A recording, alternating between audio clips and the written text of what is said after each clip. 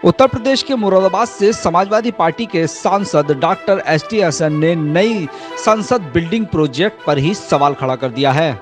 सपा सांसद doctor ST Hasan का कहना है कि कोरोना काल चल रहा है। कोरोना के चलते आपने सांसदों की निधियां भी रोक दी हैं और कोई भी फिजूल खर्ची इस वक्त नहीं की जा रही है।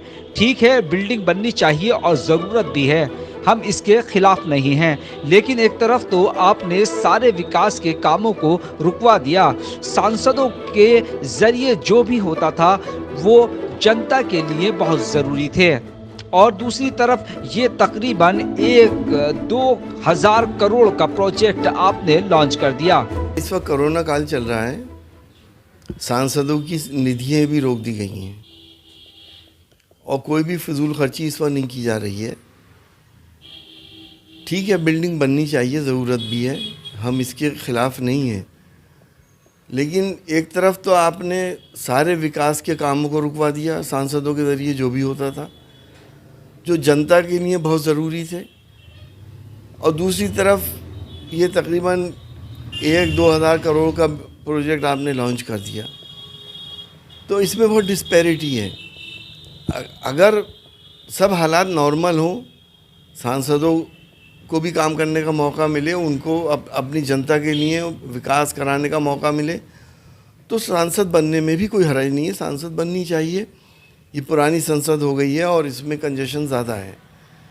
तो मेरा तो यही कहना है कि इस वक्त अगर आपके पास इतना पैसा नहीं था कि आपने हमारी निधियाँ भी रोक दी, विकास कार्य आपने रोक दिए, तो कम से कम प्रायोरिटी पहले पब्लिक की होनी चाहिए। पब्लिक के काम पहले होने चाहिए, पब्लिक के लिए विकास पहले होना चाहिए, ना कि सांसदों के लिए।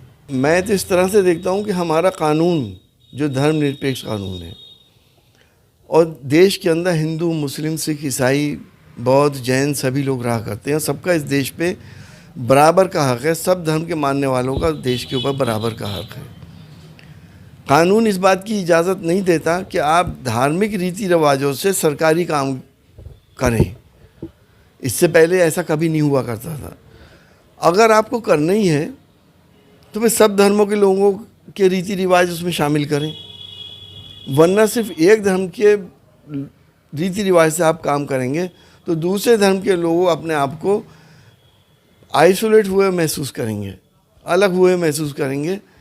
एक तरफ तो आप सबको मुख्य धारा में लाना चाहते हैं, दूसरी तरफ आप धारा से निकालना चाहते हैं। तो एक जज्बाती तौर से ये सेंटिमेंटली ये काम गलत है कि एक ही रीति रिवाज से किसी भी चीज़ का उद्घाटन हो। अगर करना ही है तो सारे धर्मों के रीति रिवाज उसमें शामिल होने चाहिए। देखिए, सरकार का दमनकारी रवैया सबको मालूम है, इनकी एरोगेंस के बारे में भी सबको मालूम है।